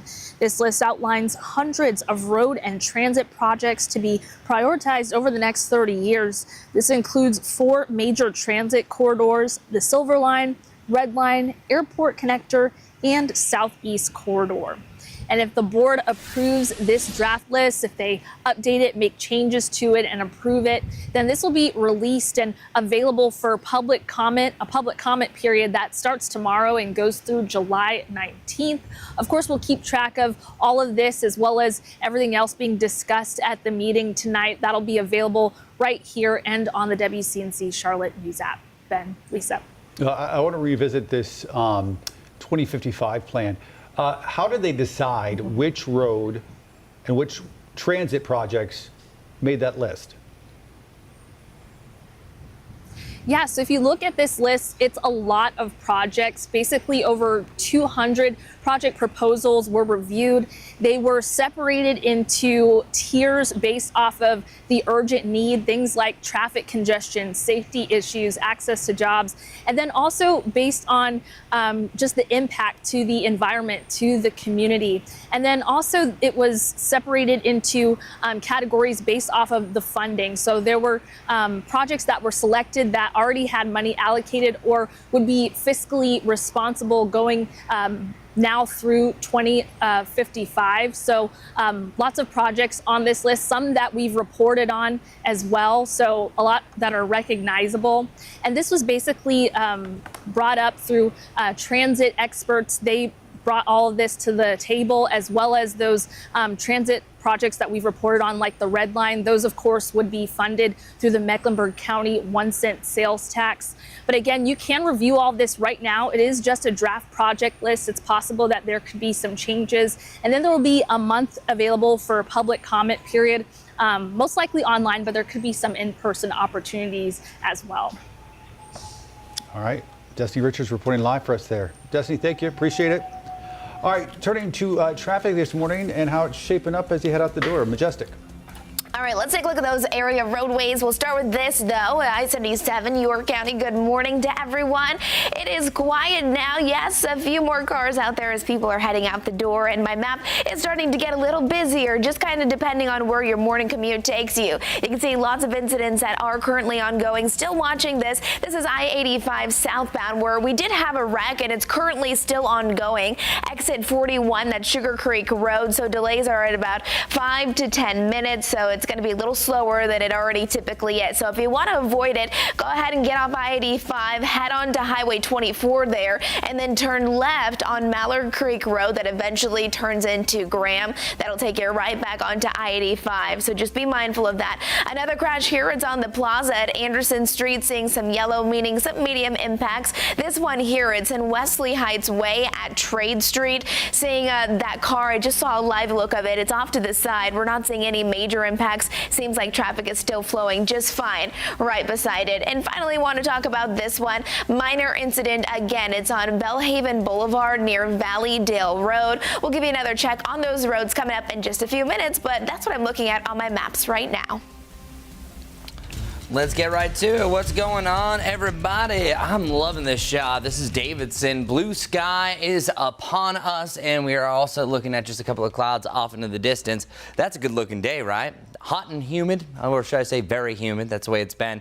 Even though today is actually a little less humid than we've been over the last couple of days. Tomorrow, scattered storms return. I think that some of us will see storms north and northwest of Charlotte, but for the most part, Charlotte, you should stay dry today. And then the heat wave, the big heat wave coming up. I'm calling this like a baby wave. This is technically the pure definition of a heat wave. That's 3 days more at 90 plus. But really, for us, since we're soon going to be pretty much 90 each and every day, it's an exceptional or unseasonably warm stretch for 3 days or more, and boy, do we have that coming up. So this really builds at the end of the weekend, heading through pretty much all of next week. 91 degrees, that was yesterday. 93 is the high that we have for today, and it'll be 92 for tomorrow. Elsewhere, we have 93 still for you in Concord, 90 in Statesville, 88 right around Hickory. So reaching the peak. Today's new average high is actually 88 degrees, so we're not too far off today. Once you get to the upper 90s, that's where we're really starting to stretch away from where we should be. By June 23rd, we move that average up to 89. June 29th to end the month, 90. And then we hit the peak, the hottest high that we on average have. That's July 11th. So the middle part of July for about a 10 to 12 day span is where we average 91 before it comes back down to 90. Now, when we reference the dog days of summer, it's actually a time frame. It's July 3rd to August 11th, which does correlate to some of our hottest temperatures that we typically have for the year. And we're about to get our hottest temperatures, at least for so far in the near term. 93, 92. We have a nice cool 89 on Friday, and then boom, lower to the mid 90s. So the first real mid 90 degree day will be on Sunday. We are feeling it hot, hot, hot, feeling close to 100 degrees as well. As for our heat index today, I think it maybe stretches into the mid to the upper 90s, 100 degrees right around Thursday. Friday, as a front rolls through, we're going to get some relatively drier air, just sticky air instead of super muggy air, and that's going to be the big difference. Either at 100 degrees it feels on Saturday and Sunday. What about our lows? I've kind of been ignoring the lows, and I apologize for that. They don't really move too much. We should typically average the upper 60s this time of year. 70 to 75 is where we're going to be. That's pretty typical for summertime. That's pretty much where we should be for July, and that's exactly what we have for the next 7 days of June. Rain chances, one day stands out from all the rest. Friday's the only day I have that absolutely is no rain. There's still a chance, I think, for one storm to pop up for your Wednesday, but most likely that'll be close to the I-40 corridor. And rain chances after Friday, 20%. This is a typical summertime pattern unless you have some sort of front or system or tropical low that rolls in. 20%. That means about a fifth of us will have an isolated storm or a few storms that develop by the end of the day heading into the evening. Because welcome to the heat dome. Whenever you have this upper level pattern that will be here by Sunday, so look at that, that correlates. That is where you have that hot air that expands, and it forces that air to sink to the surface and causes a heat wave where pretty much you literally have a dome of heat, so it's appropriately named, that you can't get out of until this jet stream is going to move to allow for some cooler air. It doesn't move, people. So that's why we're looking at close to about a week plus that we're going to have these temperatures. And notice how it expands. This is taking over. This is Monday, heading into Tuesday, heading into Wednesday. So this is truly the bigger story compared to the severe weather chance that we have for tomorrow, because I think it's pretty typical. You can see for our 3-day heat impacts, not too bad for Saturday. Sunday, we start to go over to this orange to this red, and then Sunday, I think eventually we're going to see everything turn over to a red to extreme. But I'm not discounting that severe weather chance. That's what I'm going to talk about next. I'm going to go through all your rain chances over the next 68 hours and tell you what is the biggest threat for tomorrow. See you soon. Thanks, Chris. 8:39 now, and right now Cornelius police are investigating after a woman says she stepped in to save a dog trapped inside a hot car, only to find herself in a confrontation with officers. WCNC Charlotte's Tradisha Woodard explores the incident that went viral. A Cornelius woman says she did what she hopes anyone would do, step in to save a dog locked in a hot car. But that compassion came with consequences, and now it's raising serious questions about how police handle animal safety in extreme heat. In the heat of a Carolina summer, it was about 90 degrees. There's months that force split-second decisions. And on a hot day in Cornelius, Suzanne Vella made hers. She had just finished her workout when she spotted a dog inside a vehicle. You okay? She says windows were barely cracked. I approached the vehicle to check to see if the vehicle was on, if there was AC on. There was not. Suzanne says the dog was suffering and struggling. So she searched for the owners. They did actually end up being in the Wendy's, but when I went in to look for them, nobody was in there. She says as she searched, time kept ticking and the dog looked worse. So she opened the door and gave the dog water. I didn't want to wait any longer. I ended up pulling open the door handle. It was actually unlocked. And then at that point, I called 911. But when police arrived, it wasn't the dog they focused on. He was very visibly angry at me and was yelling at me that, I had no right to open somebody else's car door, that I had broken the law. The North Carolina law gives law enforcement the authority to intervene when there's probable cause an animal is confined and suffering in a vehicle. But Suzanne says the officer wasn't interested in the law or the dog. What right do you think you have to open someone's door? The moment caught on video, shared online, and viewed thousands of times. Now Cornelius police say they've launched 2 investigations, one into the dog owner for possible cruelty and another into their own officer's conduct. Never thought in a million years that would have been the direction that it went in. Suzanne says this isn't about attention. It's about accountability. And when asked if she had any regret about opening that door. Not even for a second. She says when a life is at risk, doing nothing isn't an option. I'm hoping that investigation kind of leads to some type of, reprimanding or potentially even, finding a new, better, and more loving home for the dog. Tradisha Woodard, WCNC Charlotte. 8:42 right now on WCNC Plus this morning. The substance abuse recovery program is moving people out of an East Charlotte hotel. It comes after a woman and her 1-year-old child were found dead at the Baymont Hotel earlier this month. Cedric Jean leases the site for his program to help. He blames escalating safety issues for the decision and says the situation has spiraled despite efforts to work with police. Dean tells us that things boiled over this week when an assault happened there at the hotel. That was the straw that broke the camel's back. I made a decision right then. We got to shut it down. Dean plans to work with several groups to develop a plan to address security risks and restore public trust. Kraft Heinz, one of the nation's largest food companies, says it will remove artificial dyes from all of its U.S. products within 2 years. Health and Human Services Secretary Robert F. Kennedy Jr. has called for the food industry to pull back on dyes as part of his Make America Healthy Again campaign. Gus Rosendale tells us what that means for your pantry.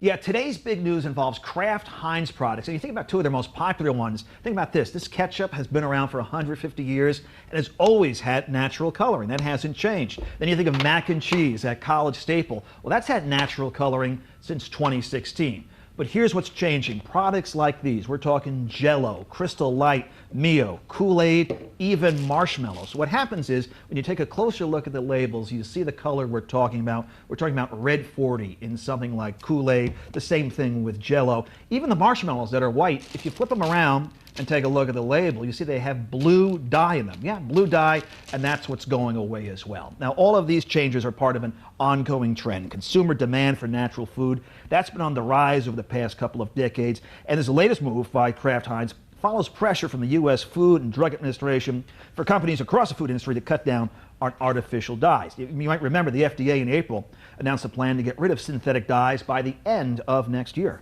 Well, I mean, the ongoing trend would be to what the FDA is trying to do is to eliminate petroleum-based food dyes.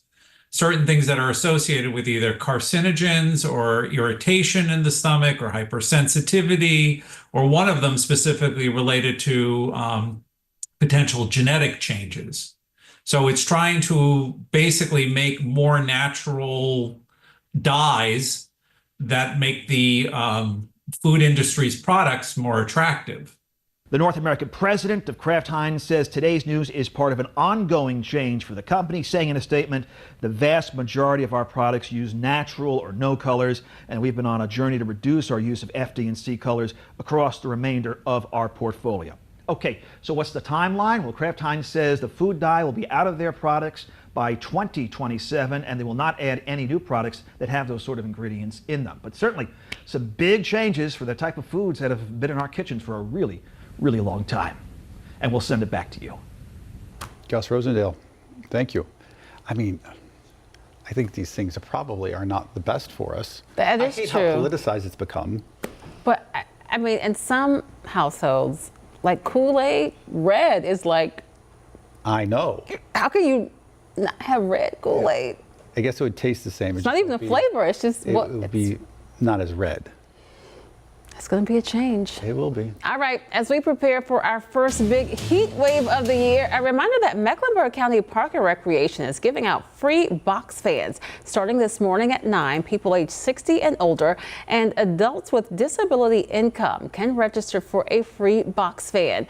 The support comes as a bill requiring landlords in North Carolina to provide air conditioning is likely dead this session. WCNC Charlotte's Kaylin Hagwood has a closer look at the plan and why the bill's sponsor is vowing to bring it back.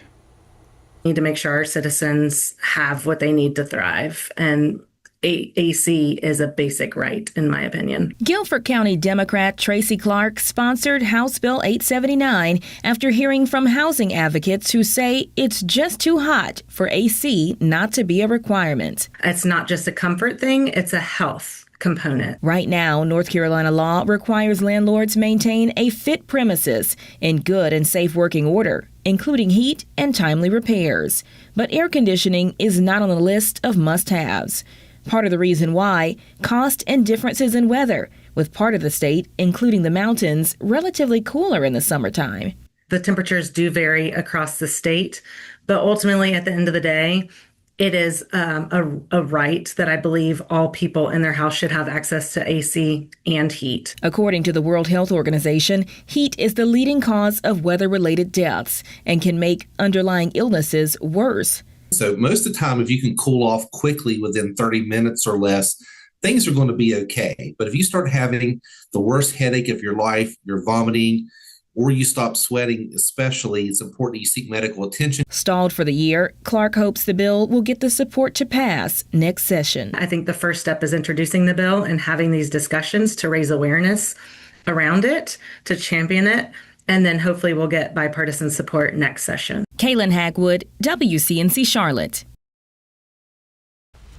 And Kaylin's absolutely right. Heat is the #1 killer, the silent killer. But then the #2 spot goes to flooding. So flooding is the biggest killer when it comes to severe weather events. So just take it easy.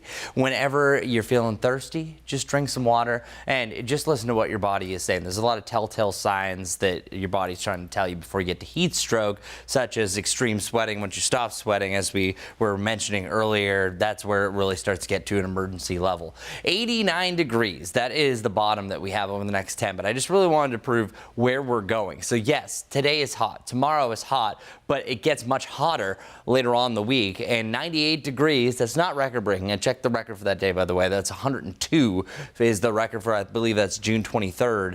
But this is, or no, 24th.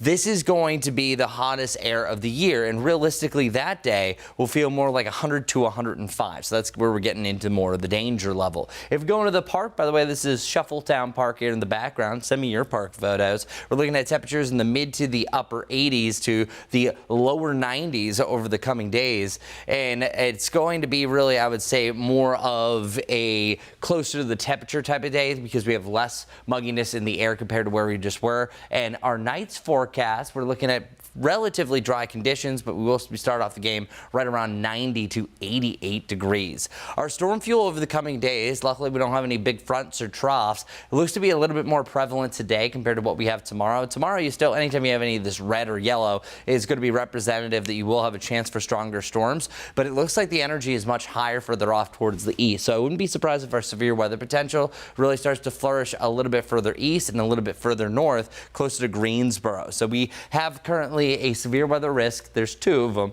near zero to no risk for tornadoes. Large hail, isolated large hail is going to be a possibility, but damaging winds, we could have wind gusts up to about 60 plus, and it's a low to a moderate threat. And the Storm Prediction Center kind of backing up what I was saying, better chances further off towards the north and east for a stronger thunderstorm. So there's going to chance that we could still see some of those. Let me backtrack. I want to bring up our hour by hour forecast that you potentially see for those storms. I'm not really seeing anything huge development wise that will be pushing into the area. It's going to be a passing storm, I would say really between about 2 and 8 looks to be the most likely timing. Here's what it looks like. Seeing 1 or 2 storms, this would be your best hail window starting to the north. Then this starts to flourish a little bit, but still it's Charlotte north that we have, I think, most of the activity. Once it starts forming a line like this, that's where you have that best wind threshold, and I think by about 6 to 7, it's pretty much clear of the area with a slight chance for a leftover shower or thunderstorm. So keep that in mind. As I already mentioned, it's going to get much hotter after that cold front clears on Friday.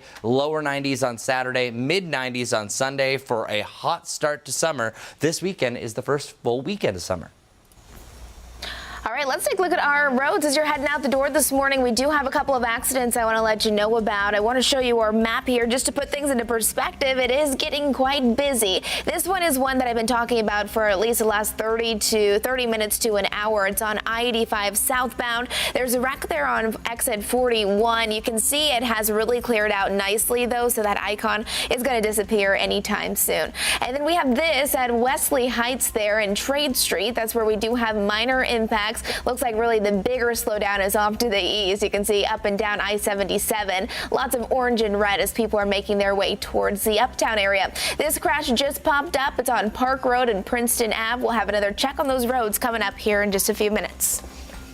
Hi, this is Larry Sprinkle. Time for today's tiny town. It's Ruby, not too far from the town of Chesterfield. By the way, Ruby is in Chesterfield County in South Carolina, formerly known as Flint Hill, population 307. The area is 2.47 square miles. So, yes, it is a tiny town, but there's a lot going on there. In fact, coming up June 28th, the town of Ruby's Independence Day celebration starting at 6 p.m., ending with a big, huge fireworks display, so don't miss out on that. Today's tiny town, once again, Ruby, South Carolina. I'm Larry Sprinkle.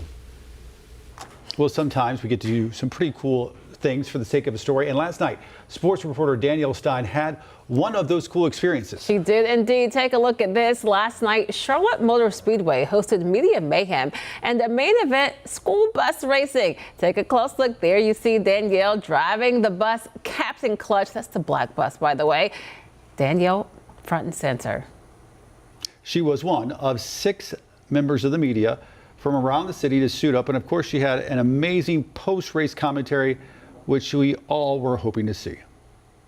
We're at Victory Lane. I might not be the victor, but I will say going from 6th place to 3rd place in the end puts me on the podium at least. I will take it. I made some good moves in the end. I watched back the film. I'll break it down a little bit later. But I kind of had a little strategy of watching everyone else at first, kind of duking it out. As they were bumping, I decided it was time to move around. So made a good move in the end. Feel good about my performance. Feel ready to do it another time. Way to go. Yeah. Well done. From 6th to 3rd. And she had a strategy. Yeah. I like the way she maneuvered that curve. I know, seriously. I love how each bus kind of has its own theme, too. All different colors, all different names. Yes. I like it. I think she probably did much better than any of the 4 of us would do. I'm impressed. Yeah. I would have flipped it. You think? I think so. I would have ran it into a wall. I think I would have went too hard around the corner, too reckless. Oh, I would have been like game on. I would have tried to like have a serious strategy, like Danielle. But I mean, she like has that sports, savvy. Did you know that she looked very comfortable? At one point, she just had one hand on the wheel. I saw that. She probably had no hands, like like here we go. Well done, Danielle. Next year, Danielle's year. Next year, we're rooting for her. That's right. All right, folks, I got to take a quick break as we take a live look inside our Live Impact News Stream studio. Jane Mayoral is set to take over in the 9 o'clock hour. She's going to talk to a health and wellness expert about healthcare costs and insurance, something that affects every single one of us. We're going to have that plus all the breaking events as they happen. Keep it right here on WCNC Plus all day.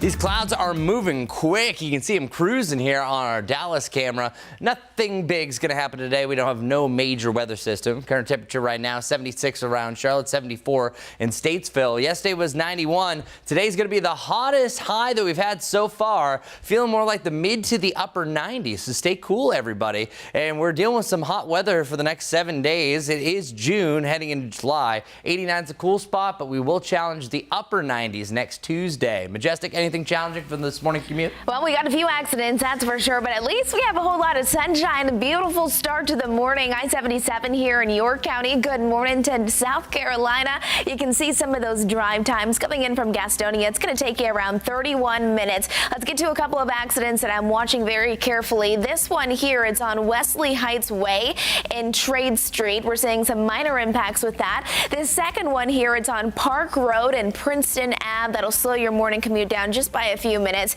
And then Highway 49 at Porter Road. Take it easy as there is currently a crash.